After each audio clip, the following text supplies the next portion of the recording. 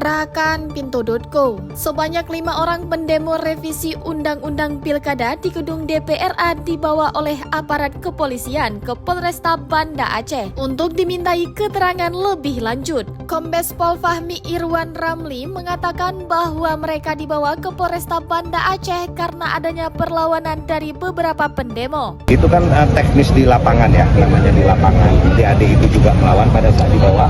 Perlu ada tindakan sedikit untuk memaksanya untuk dimintai keterangan.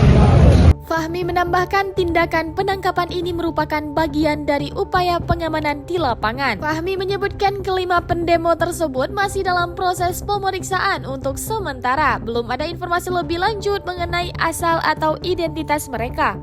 Mau tahu berita terupdate tentang Aceh? Baca berita selengkapnya di Pintu.co.